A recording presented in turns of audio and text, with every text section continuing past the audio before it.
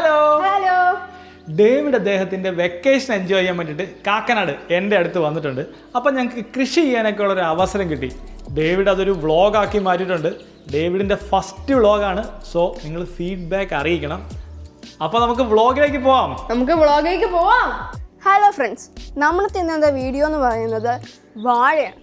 വാഴ എന്ന് പറഞ്ഞാൽ വാഴ ഇങ്ങനെ നടണമെന്നുള്ള വീഡിയോ.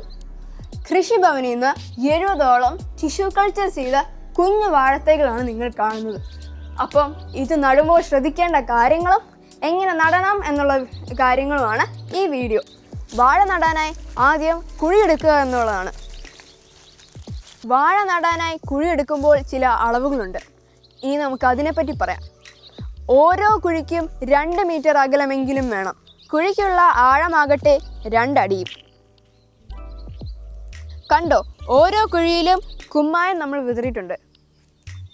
ഏതാണ്ട് 250 ഗ്രാം കുമ്മായമാണ് നമ്മൾ ഓരോ കുഴിയിലും വിതറിയിരിക്കുന്നത്. കീടങ്ങളും മറ്റും നമ്മൾ നടുന്ന വാഴത്തൈനെ നശിപ്പിക്കാതിരിക്കാനാണ് നമ്മൾ കുമ്മായം ഇടുന്നത്.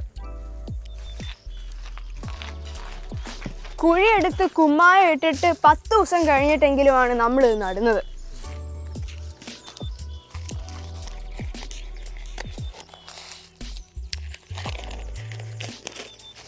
നമ്മളെ ഇന്ന് വാഴ നടാനായി ഹെൽപ്പ് ചെയ്യുന്നത് സതീശൻ ചേട്ടനാണ്.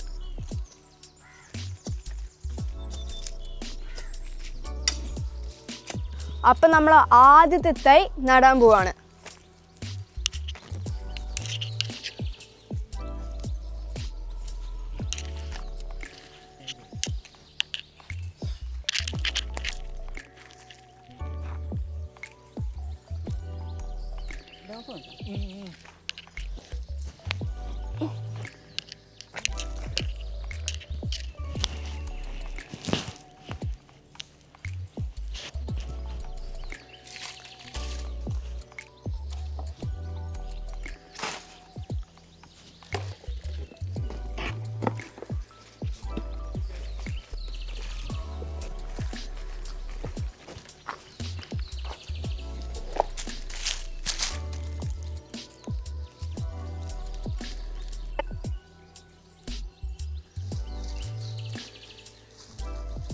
അപ്പം നമ്മൾ ഓൾമോസ്റ്റ് എല്ലാ വാഴവിത്തുകളും വെച്ച് കഴിഞ്ഞു.